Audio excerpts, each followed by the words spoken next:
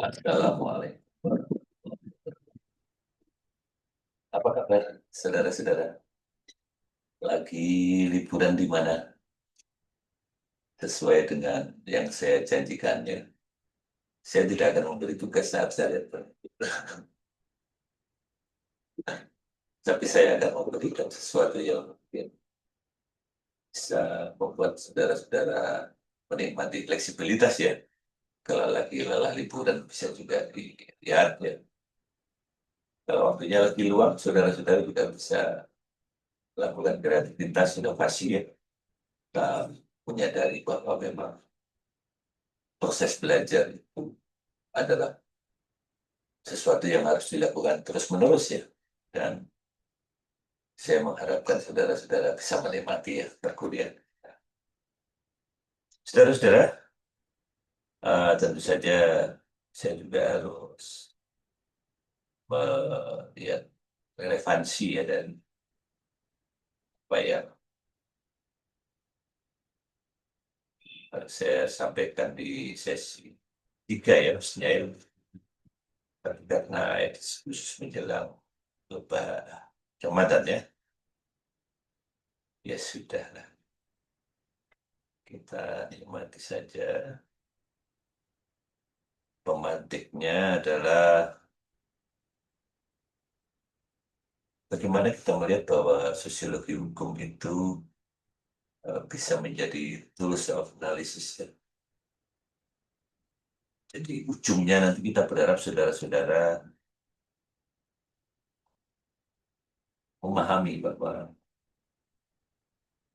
alat analisis itu memungkinkan kita melihat sosiologi hukum sebagai fenomena sosial yang di sana tentu ada struktur kekuasaan, ada budaya, ada relasi sosial.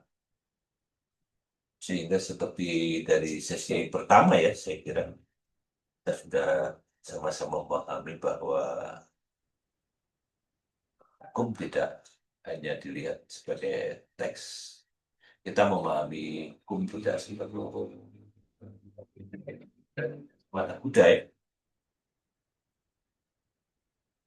Jadi kita melihat hukum bukan sekedar kumpulan teori, tetapi justru dengan sosiologi hukum itu kita membaca atau membedah, kita menjelaskan bagaimana hukum itu bekerja di dalam masyarakat.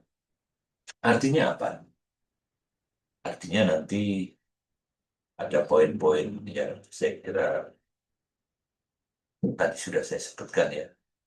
Mungkin yang belum ekonomi ya, politik. Apa alasannya? Karena ya itu tidak bisa hanya fokus pada teks undang-undang ya. Hanya melihat logika internal dan konsistensi hukum ya. Tapi dengan sosiologi hukum kita akan mempertanyakan. Di masyarakat sebetulnya efektif nggak sih hukum itu? Jangan-jangan ada pihak yang diuntungkan. Atau ada kelompok yang sebetulnya tidak boleh dirugikan. Apa yang membuat hukum itu tidak berjalan seperti yang pada mesti? Ya, yang sering diteriakkan oleh termasuk orang awam ya. Undang-undang korupsi itu sudah ada. Dan korupsi itu kenapa terus terjadi? KPK sudah ada. Jaksa kurang banyak menangkap apa. Banyak sekali yang sudah ditangkap. Ya. Tapi korupsi jalan terus. Nah, kita nanti lihat bahwa di sini tools of analysis itu efektivitasnya seperti apa. Relasi hukum dan kekuasaan. Terus kita juga akan melihat ketimpangan sosialnya, prosesi institusionalisasi, dan tentu saja pluralisme hukum ya. Jadi kalau efektivitas hukum nanti, efektivitas kita lihat dari legal effectiveness, compliance, dan law in action ya. Untuk relasi, kita melihat bukan kekuasaan, bagaimana mengendalikan masyarakat, dan struktur ya di dalam masyarakat. Nah, ini kalau kita membandingkan dengan mata kuliah antropologi hukum, mudah-mudahan bisa. Ya, kalau saudara liburannya ada waktu luang nanti ditengok-tengok lah ya. Itu saya kira poin-poin pentingnya. Nanti di kelas kita bisa tanya jawab ya.